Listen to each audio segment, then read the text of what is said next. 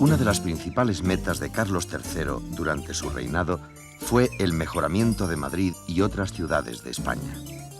Para ello, agrupó a un valioso equipo de profesionales.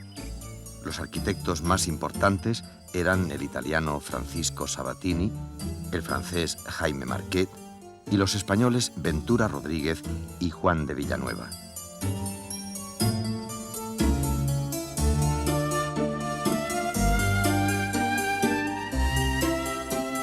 El rey quería colocar Madrid entre las principales capitales de Europa. El carácter sistemático y laborioso del monarca era decisivo, ya que había sectores que aún asimilaban con desconfianza las reformas de la Ilustración. Algunos hombres de gobierno, como Floridablanca, Grimaldi y el conde de Aranda, cumplieron un rol destacado en la transformación de Madrid. Para estos ministros, cambiar el aspecto de la ciudad no era solamente una operación de cosmética, sino que sentaría las bases del nuevo aparato de Estado. Ya no se levantarían solo cuarteles e iglesias, sino edificios para la ciencia y la administración. Se proyectarían nuevos jardines para el disfrute de todos, tal como eran los deseos del rey.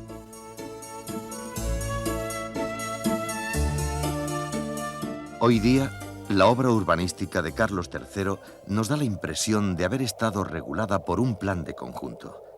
Pero en realidad, el rey trabajó cada cosa por separado y realizó los cambios mediante pequeñas operaciones, sin dañar los barrios existentes, y en muchos casos completó edificios ya iniciados.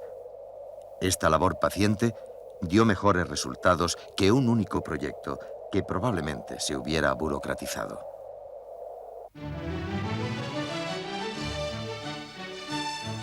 Para tomar contacto directo con la ciudad, el rey puso en práctica un método muy original para la época. Se impuso la tarea de dar paseos en secreto por Madrid en las horas más tempranas, acompañado tan solo por una escolta reducida. Con esa seriedad que nunca le abandonaba, el rey recuperó la sensación de ser un ciudadano cualquiera que descubría su propia capital. En este caso, lo que más le interesaba era verificar el estado ruinoso de algunos barrios.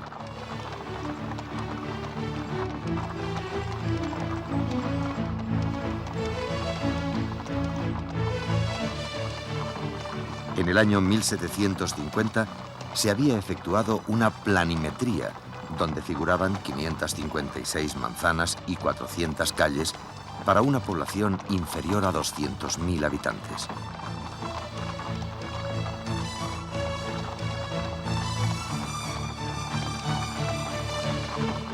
No había muchas casas de 2 plantas, ya que esto disculpaba a sus dueños de tener que alojar a funcionarios de la corte.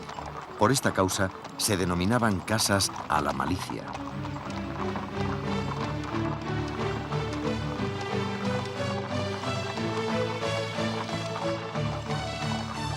Tampoco había muchos palacios de la aristocracia, tal como existían en otras capitales de Europa. La incultura de la mayoría de los nobles y su escaso amor al arte se traducía en enormes caserones que carecían de diseño.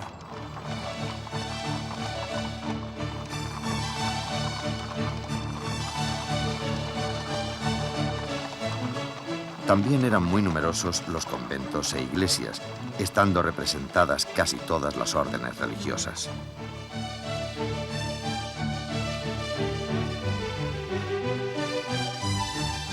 Sin agobiarse, el rey se dispuso a comenzar literalmente por los cimientos.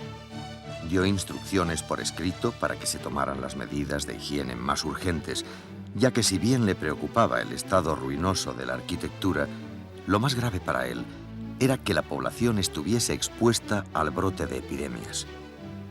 En el 18, las ideas higienistas habían conseguido erradicar la peste de casi toda Europa. Por lo tanto, el primer servicio instaurado fue un sistema de recogida de basuras.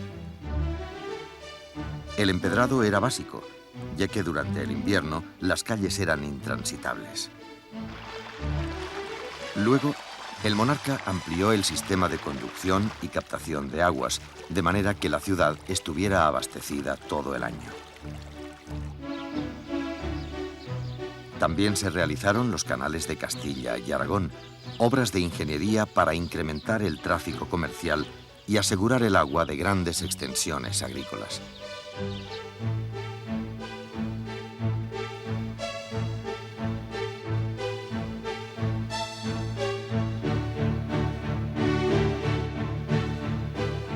Otra de las cuestiones básicas era la seguridad de la villa, que hasta ese momento ostentaba un alto índice de delincuencia. Las calles irregulares y la oscuridad casi total transformaban la noche madrileña en algo peligroso. Para cambiar las cosas, el rey instaló cientos de faroles de aceite y con ellos dotó de alumbrado público a los barrios principales. Estos faroles, de cristales finos, eran encendidos y apagados por un servicio regular. Después de poner en marcha estos servicios, el rey tomó contacto con una serie de proyectos de otra envergadura. Se propuso terminar las obras del Palacio Real y ampliar el ala correspondiente a la calle Bailén.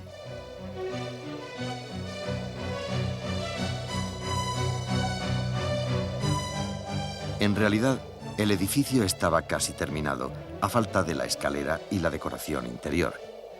Para esto último, hizo venir desde Venecia a Giovanni Battista Tiepolo, el mejor pintor en el arte al fresco.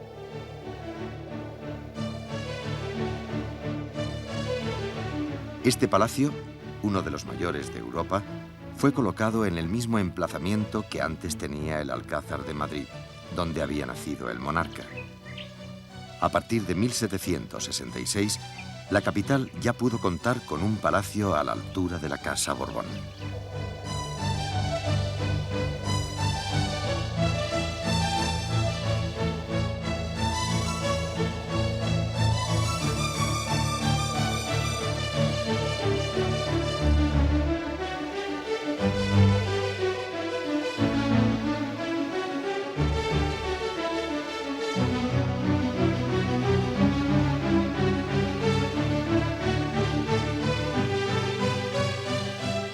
La Casa de Correos, en la Puerta del Sol, fue realizada por el francés Jaime Marquet.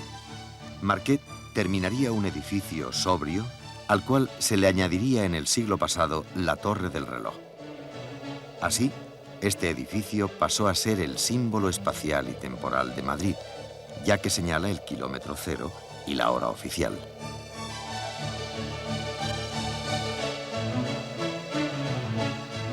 En la calle de Alcalá, Carlos III transformó un palacio para instalar la Academia de Bellas Artes. Aquí se organizaron los estudios de arte sin la intervención de la Iglesia ni de los gremios, algo insólito para la época. Junto a este plantel, ordenó la construcción de la Real Casa de la Aduana, obra de Sabatini, para recibir las mercancías que llegaban a la capital. El cierre de la Plaza Mayor no existía, ya que un incendio había desfigurado gran parte del diseño original, realizado casi 200 años antes por Juan Gómez de Mora. El joven arquitecto Juan de Villanueva fue designado para reconstruir la plaza, cerrándola en sus esquinas y dotándola del perfil homogéneo con que hoy la conocemos.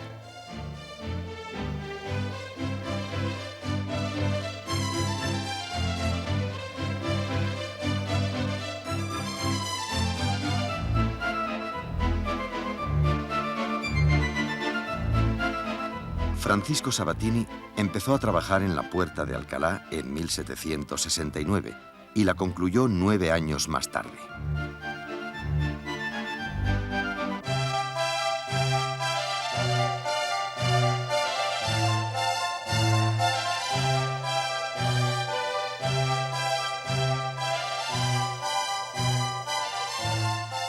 Ocho años más tarde, Juan de Villanueva realizaría una puerta más airosa que su colega Sabatini, esta vez para uno de los costados del jardín botánico.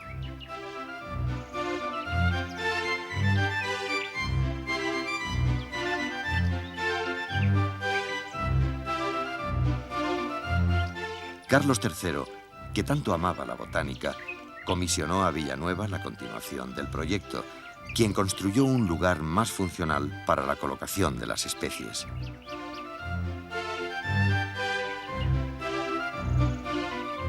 Tal vez este jardín fue la obra más personal del rey.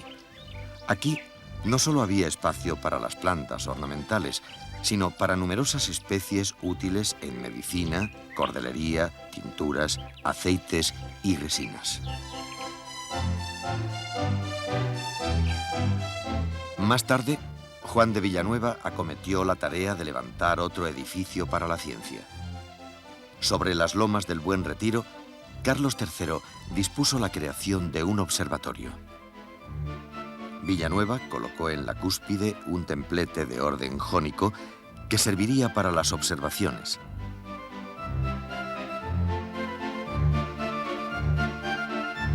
La fachada estaba formada por un amplio frontón sostenido por columnas. El edificio se completó con 4 cuerpos y el conjunto ofrecía una silueta única en su tiempo. Las obras se realizaron después de la muerte del rey, pero el mérito de su gestación corresponde por entero al monarca. Por eso aparece aquí.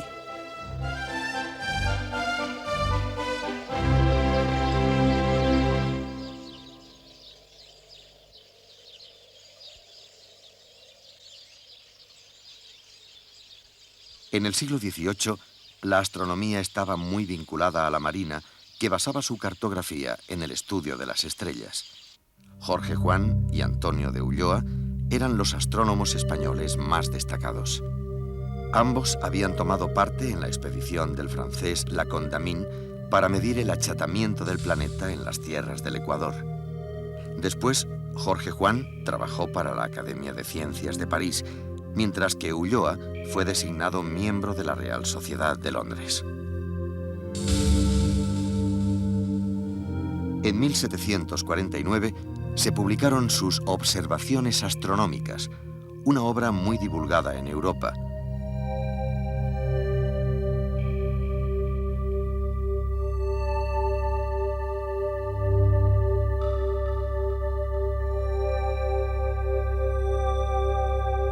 En esta época, las teorías de Copérnico y las ideas de Kepler acerca de la mecánica celeste habían preparado el surgimiento de Newton, quien asombró a sus contemporáneos con su ley de atracción universal.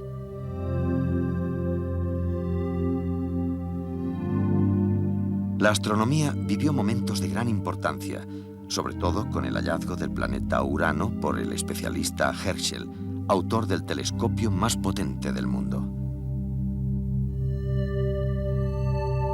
Las concepciones eclesiásticas sobre el cosmos fueron reemplazadas por leyes matemáticas. Con los nuevos instrumentos de precisión, los hombres del XVIII estaban demostrando que el universo se podía entender.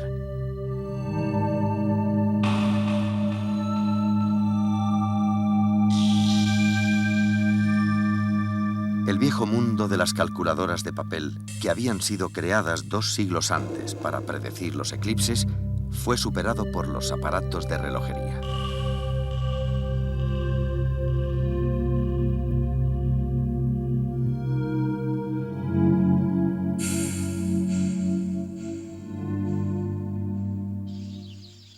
El rey, consciente de estos avances, seguiría proyectando en esta zona de Madrid una pequeña ciudad de las ciencias.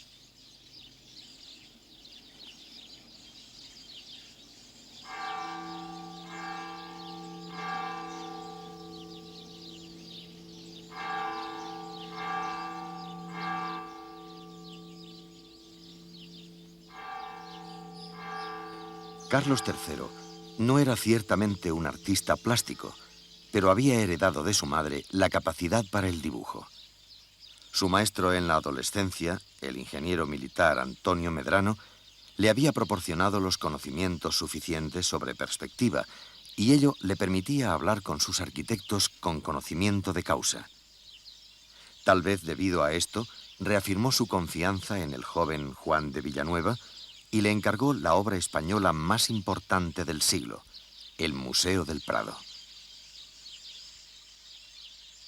No fue esta una decisión fácil, ya que todo el mundo científico estaba ejerciendo presiones para influir en este complejo. El plantel debía albergar la Academia de Ciencias y el Gabinete de Historia Natural, además de los espacios reservados a la botánica. Lo que hoy conocemos como Pinacoteca iba a ser el corazón de la investigación y la ciencia.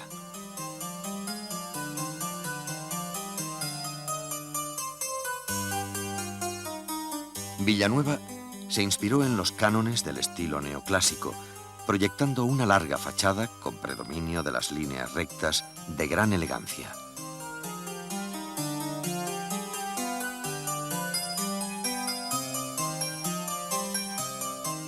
En el pórtico principal trazó una doble columnata de orden jónico rematada por un frontón clásico. Más adelante hizo construir una maqueta de madera para estudiar las proporciones de un modo exhaustivo.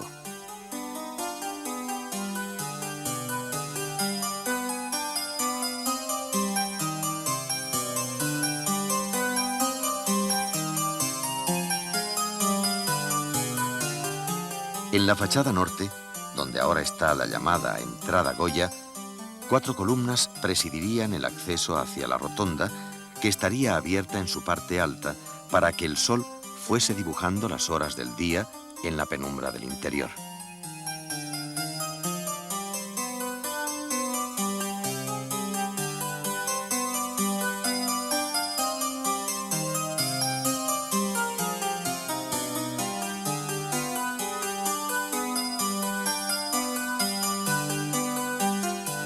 Villanueva había vivido 5 años en Roma, donde estudió de cerca las proporciones de la arquitectura de la antigüedad para su posterior aplicación.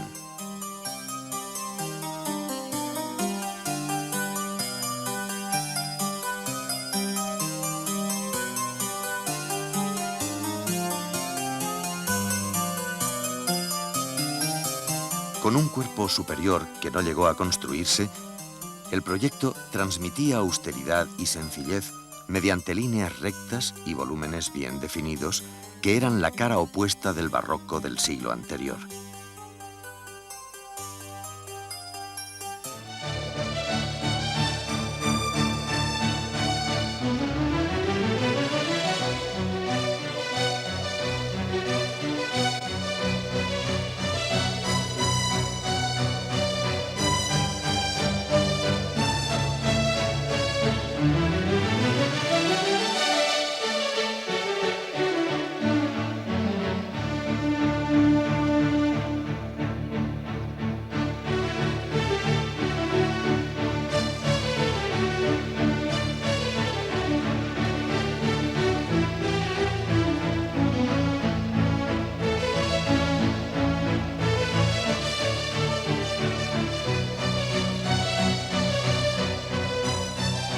Sin que ello se advierta en la imagen de conjunto, Villanueva logró hacer 3 edificios dentro de una sola forma arquitectónica. Detrás de la fachada principal estaría la Academia de Ciencias. En la que hoy se denomina Puerta de Goya estaría el Gabinete de Historia Natural. Y en la llamada Puerta de Murillo, el ala destinada a la botánica.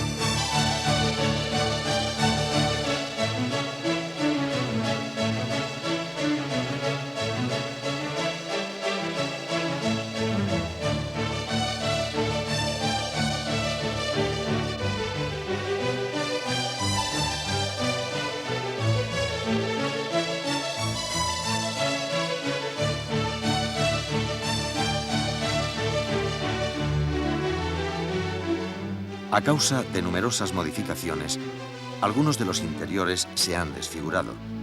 pero todavía predominan los grandes espacios que sirven para todo, un atributo poco frecuente en la historia de la arquitectura.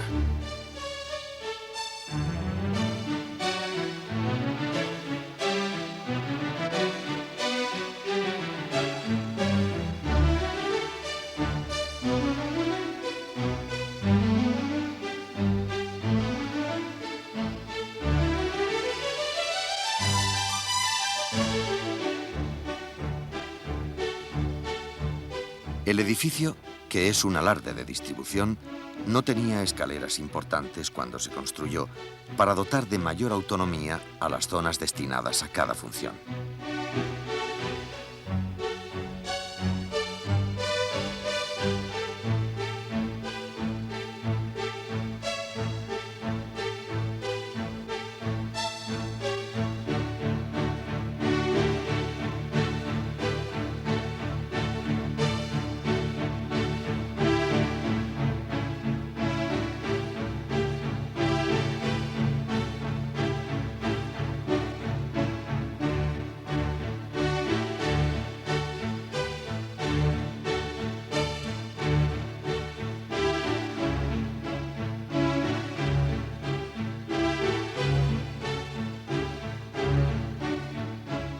Estas salas, donde hoy se encuentran las estatuas clásicas, nos recuerdan el origen del actual Museo del Prado.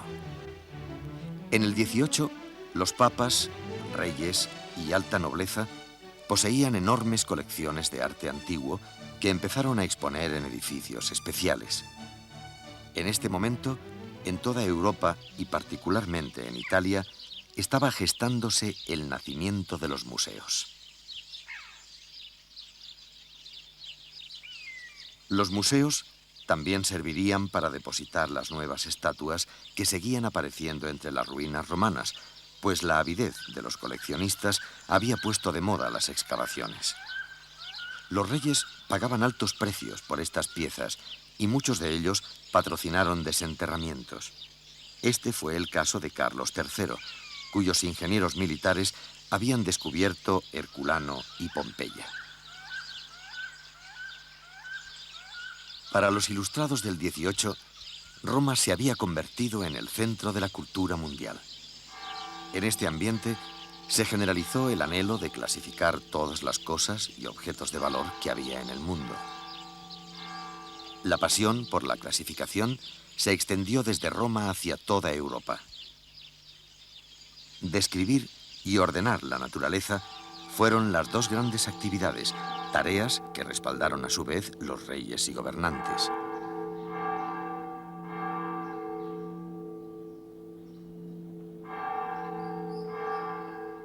En este contexto surgió el gran pensador francés Denis Diderot. Diderot realizaría la famosa enciclopedia, que sería un gran museo de las ideas, un resumen de todos los libros y conocimientos del mundo.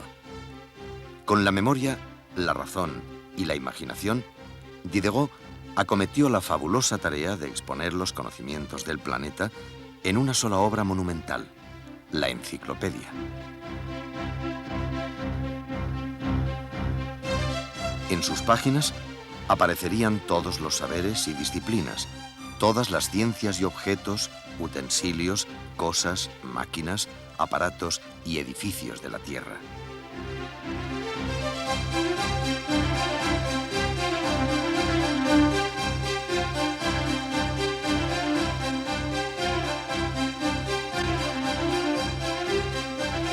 Era un prodigioso inventario del mundo, del mismo modo como los museos eran un catálogo de todos los objetos artísticos debidamente clasificados. Esta fiebre de ordenación se apoderó de la vanguardia europea. Fue un fenómeno extraordinario que no tenía precedentes. Así nacieron decenas de museos, como el British Museum de Londres, el Museo de Historia Natural de París, el Grossen Garten de Dresde y el Museo Pío Clementino de Roma.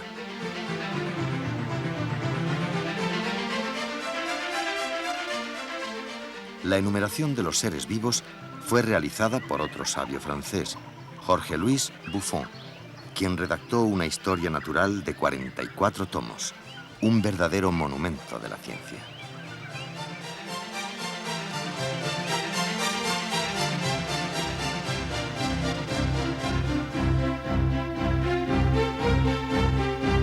La Galería Paleontológica de París, creada más tarde, es todavía el fiel reflejo de esta actividad.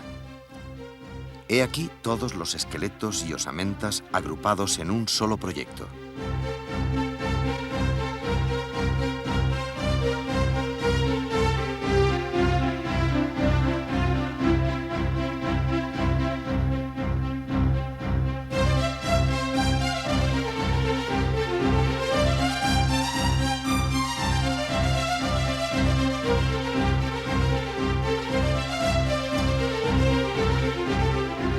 Además, los enciclopedistas luchaban por el mejoramiento de la sociedad. Eran de tendencia democrática y rechazaban el autoritarismo. Como era de esperar, un sector de la nobleza y alto clero se lanzaron contra la enciclopedia. Los primeros 7 tomos fueron prohibidos y el Papa amenazó con la excomunión. Pero la puerta ya estaba abierta. Los museos se convertirían en una exposición constructiva de la naturaleza que a menudo expresaban las ideas divergentes y hasta opuestas de sus creadores. Los hombres del 18 formaban un movimiento radical, pero tenían actividades y planteamientos muy diversos. Diderot era un defensor del trabajo manual. Voltaire predicaba el liberalismo moral. Montesquieu soñaba con la división de los poderes del Estado. Rousseau se alejó de todos y profundizó sus estudios en la naturaleza del hombre. Pero todos ellos tenían una cosa en común. No sintieron miedo frente al futuro, sino que, por el contrario, tuvieron confianza en el hombre y el progreso.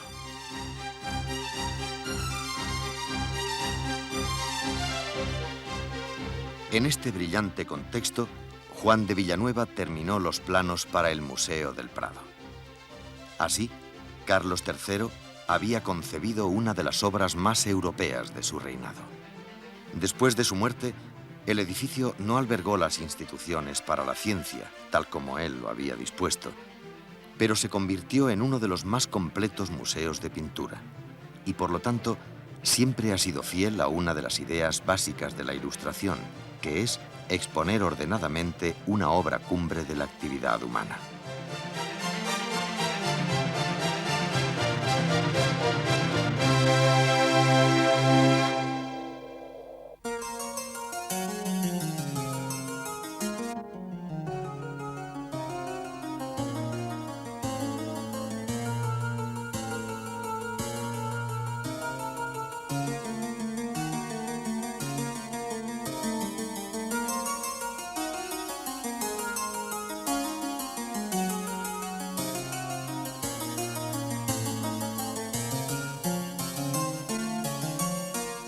Durante su reinado, Carlos III mostró gran interés por los últimos hallazgos de la ciencia que ocuparon la atención de los europeos. El mundo de la botánica le apasionaba y tal vez esta era la actividad más desarrollada en todo el continente.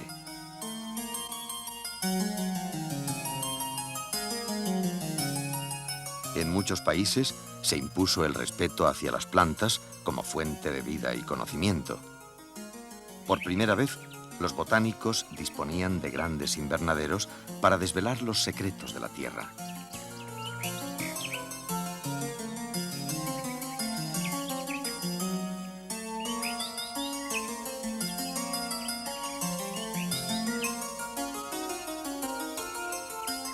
La fuerza de la razón y la duda metódica desbordaron el pensamiento tradicionalista.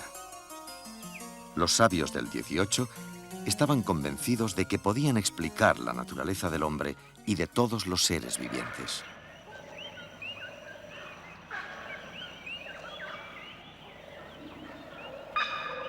El método de la duda sistemática, creado por Descartes un siglo antes, se impuso rápidamente. El estudio comparado de las religiones debilitó la ortodoxia. Se pasó del ámbito de la teología al mundo de la filosofía.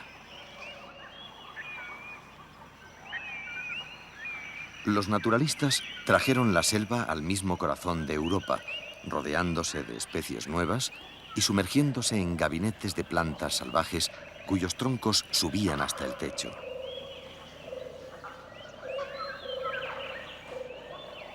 Jean-Jacques Rousseau, fue considerado como uno de los padres espirituales del siglo. Según este pensador, las complicaciones de la vida urbana habían dañado al hombre y era necesario volver al medio natural. Según Rousseau, los hombres no habían sido creados para agruparse en hormigueros, sino para esparcirse sobre la tierra que han de cultivar. Cuanto más se agrupan, más se corrompen. De todos los animales, el hombre es el que menos capacidad tiene para vivir en rebaños. Con estas palabras, el filósofo invitaba a la gente para que abandonase las ciudades y buscara los grandes espacios de la naturaleza.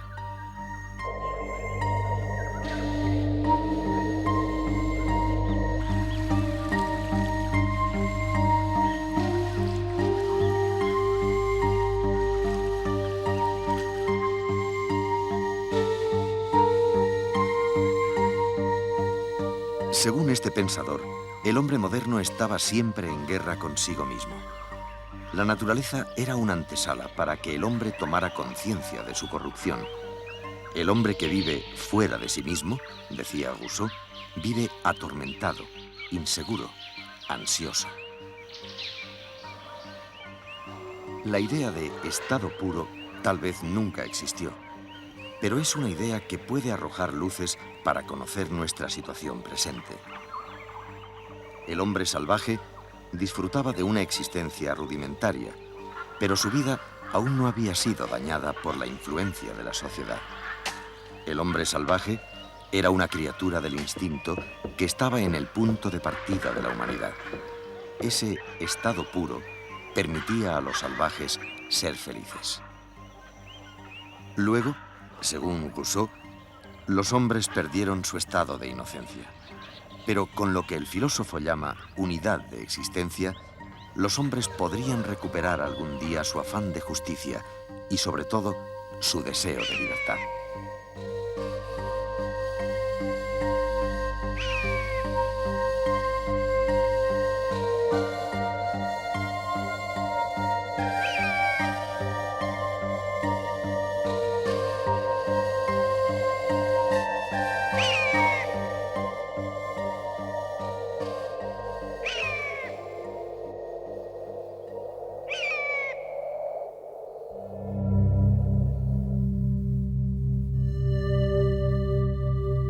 Estas ideas sobre el cosmos y la naturaleza, más los conceptos sobre libertad e igualdad entre los hombres, estaban gestando poco a poco el proceso que desembocaría en la Revolución Francesa. Era una época apasionante que vivía al borde de otra era.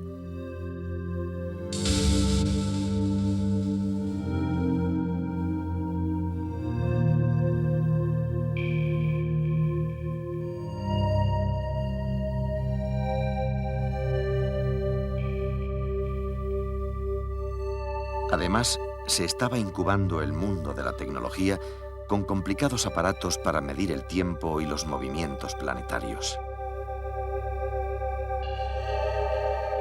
En 1756, los hermanos Charost diseñaron para la Marina Española un reloj astronómico de grandes prestaciones y más tarde crearon la Real Escuela de Relojería.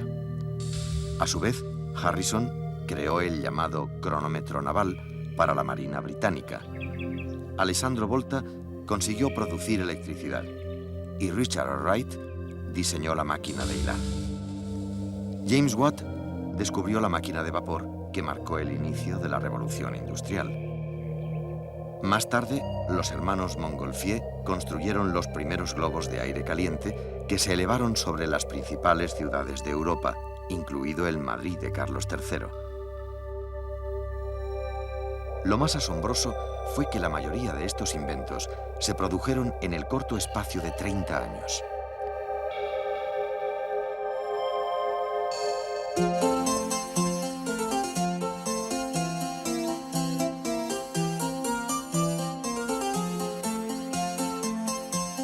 Los autómatas nacieron como parte de los relojes más sofisticados y conforman uno de los capítulos más fascinantes del siglo de las luces.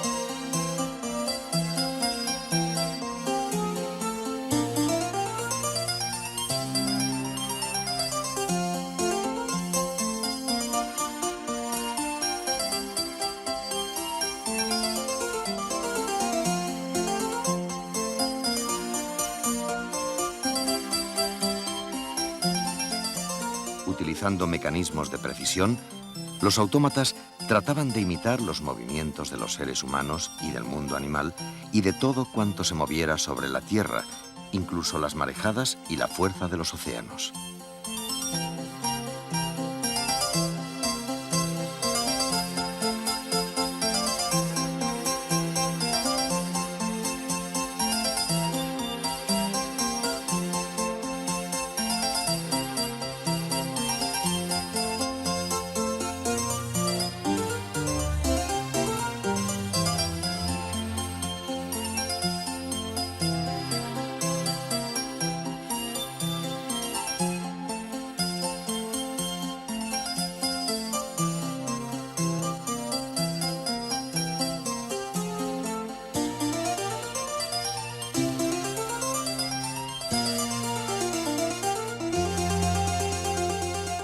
La imitación de los movimientos de la naturaleza era una forma para demostrar la importancia de la tecnología que estaban haciendo.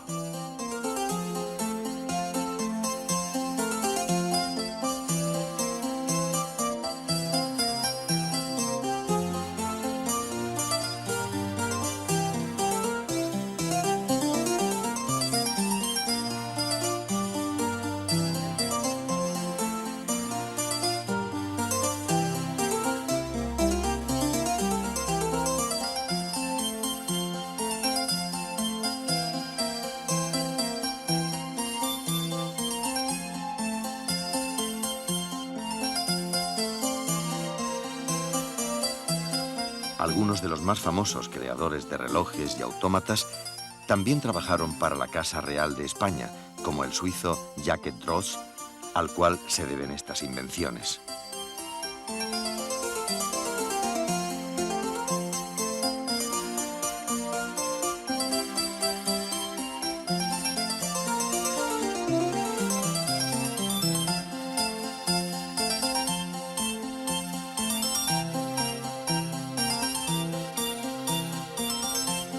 El principal constructor de estos androides fue el relojero Pierre Quincin, quien trabajó para la reina María Antonieta. Sus trabajos principales fueron doncellas que ejecutaban obras musicales, pero tal vez su obra maestra fue una joven concertista que podía tocar 8 piezas al clavicordio.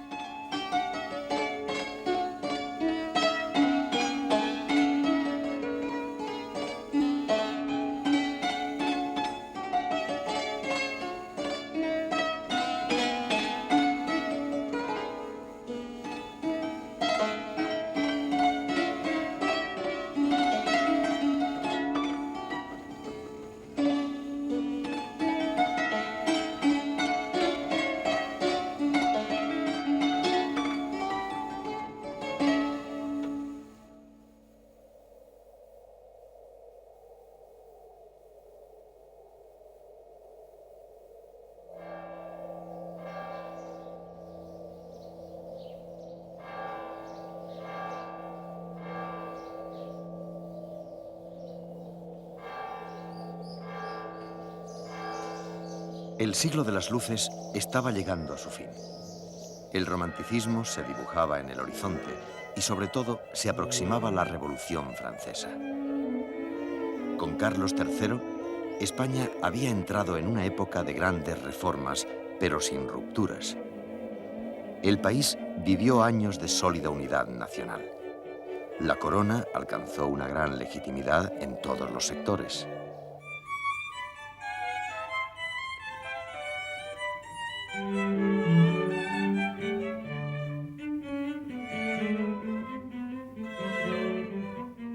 En líneas generales, el monarca se mostraba satisfecho con su reinado. Sin embargo, por su carácter riguroso, se sumía con frecuencia en largas reflexiones de signo negativo. El recuerdo de los contratiempos superaba con mucho la evocación de sus éxitos.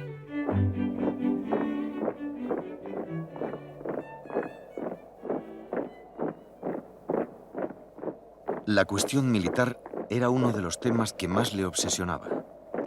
El gran enemigo de Carlos III fue Inglaterra, y casi toda la actividad bélica del monarca consistió en defenderse o atacar a esta nación.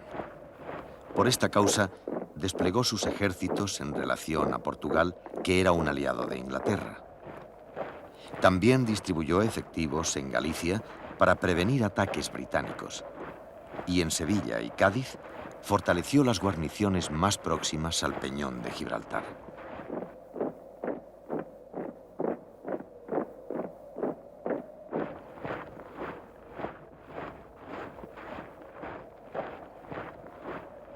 El monarca creó las ordenanzas que llevan su nombre, más la bandera e himno nacionales.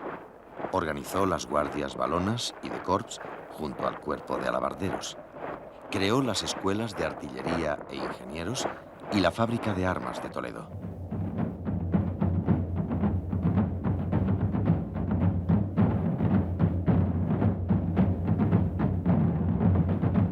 En aquella época, los militares de alta graduación no solo efectuaban trabajos para el ejército, sino que también realizaban obras de caminos, canales y puertos.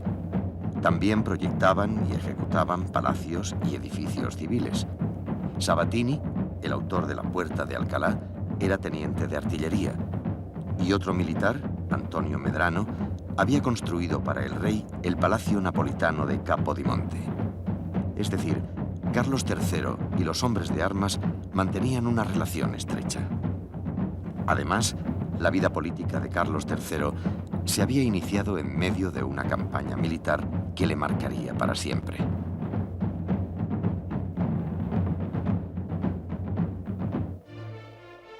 Cuando solo tenía 18 años, se había puesto al frente de las tropas españolas estacionadas en Italia.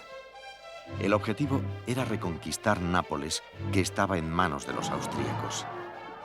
Después de una campaña fulminante, Carlos III resultó victorioso y fue proclamado rey de Nápoles y las dos Sicilias. 10 años más tarde, los austríacos volvieron a Italia para recuperar la ciudad. En lugar de esperar, sacó sus tropas de Nápoles y sorprendió a los austríacos en pleno avance. Las fuerzas del monarca iniciaron las hostilidades en Velletri, cerca de Roma. La batalla se prolongaría más de 2 meses, sin claros resultados y con enormes pérdidas.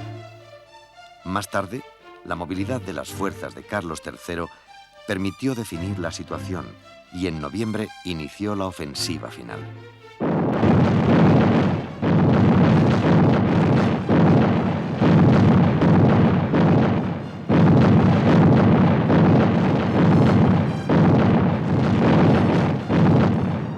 El ejército austríaco huyó en desbandada y Carlos III entró en Roma. El Papa Benedicto XIV le recibió como vencedor y ya nadie puso en duda su legitimidad como rey de Nápoles.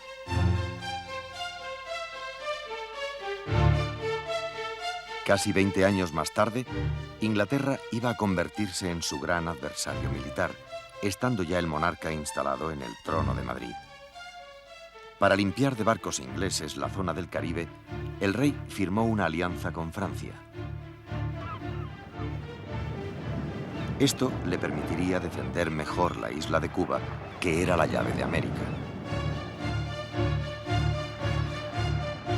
Sin embargo, con una flota más moderna y mejor equipada, los ingleses ocuparon La Habana, la Martinica y la Florida. La pérdida de estas posesiones fue una catástrofe y crearon una grave situación de desequilibrio en el mundo colonial español. Afortunadamente, un año más tarde, al firmarse la paz, Cuba pudo ser recuperada y las tropas británicas tuvieron que abandonar la isla.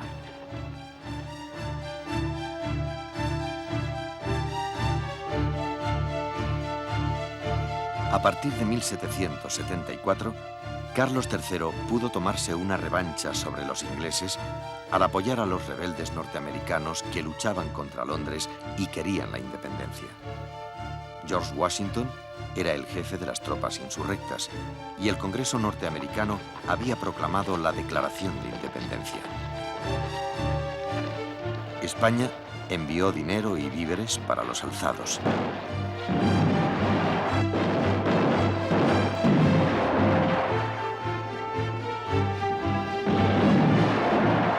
El español Bernardo Gálvez obtuvo una gran victoria en el valle de Pensacola, donde apresó al general inglés Campbell y al almirante Chester con toda su artillería. Gracias a este triunfo, España pudo recuperar la Florida. También fueron desmantelados los enclaves ingleses en Guatemala, Honduras y Nicaragua. Paralelamente, en el Mediterráneo, una fuerza conjunta de españoles y franceses desalojaría a los británicos de la isla de Menorca.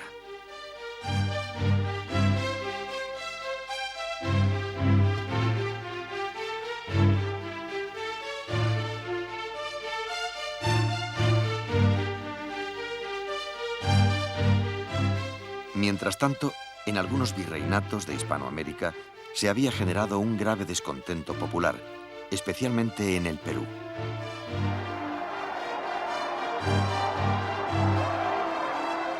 España se había visto en la obligación de aumentar los impuestos a causa de sus guerras europeas, y la población local protestó. Además, gran parte de los indios estaban sometidos al llamado repartimiento, que era un feroz método de explotación. Este sistema era muy común en Perú y México. En Perú fue la causa del levantamiento popular del líder Tupac Amaru, que organizó una rebelión a gran escala en 1780. Tupac Amaru puso en jaque durante varios meses a las tropas españolas y los alzados ocuparon varias localidades.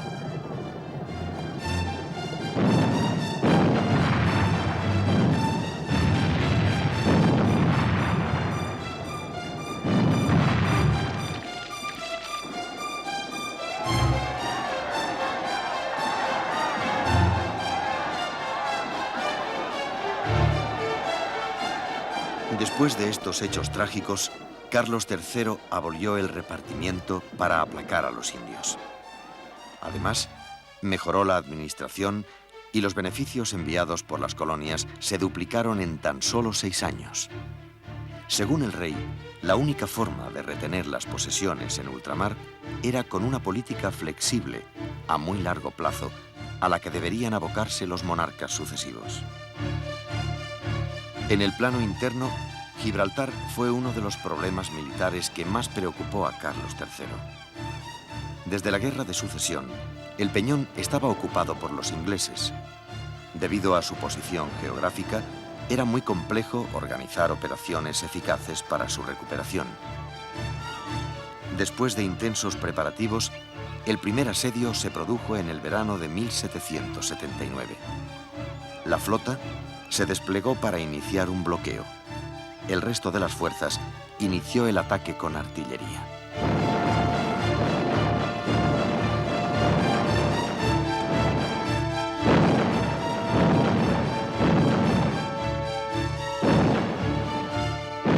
La impotencia se apoderó del monarca al enterarse de que una flota británica había conseguido llegar hasta las proximidades de Cádiz, donde aniquiló a la escuadra española. Un año más tarde se inició el segundo asedio.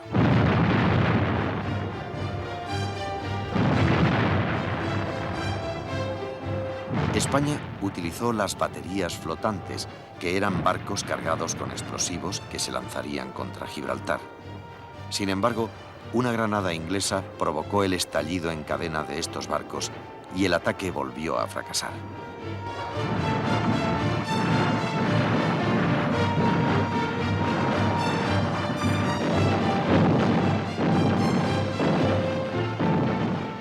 Tal vez fueron estos los mayores sinsabores en la vida del monarca.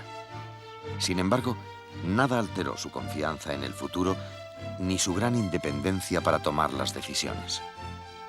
Era un hombre paciente, tan sistemático como laborioso.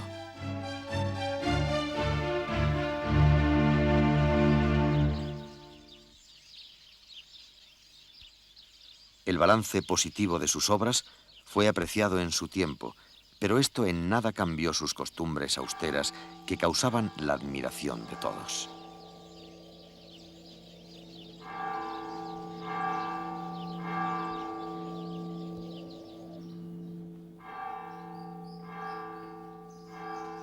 Con el paso de los años, se fue acentuando su tendencia hacia la vida solitaria. A su alrededor, Europa estaba despidiéndose de una época, mientras se abría paso inexorablemente la revolución en Francia.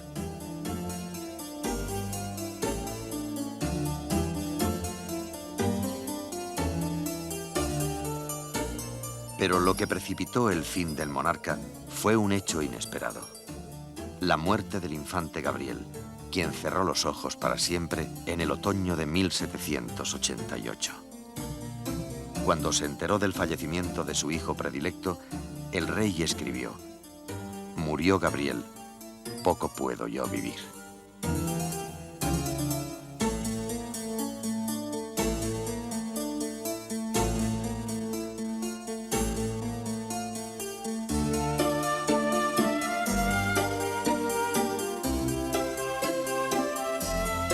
Una grave epidemia de viruela se había desatado en el Escorial, y entre las víctimas de la tragedia también figuró la esposa del infante, María Victoria de Portugal, y el hijo menor de ambos.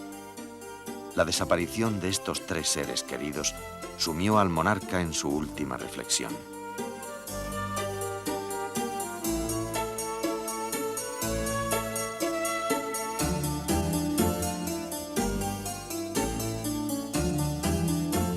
Tres semanas más tarde, en la madrugada del 14 de diciembre, a los 72 años de edad, moriría en Madrid don Carlos de Borbón Farnesio, conocido en Italia como Carlos VII de las Dos Sicilias y en España como Carlos III. Así concluía uno de los reinados más brillantes de España.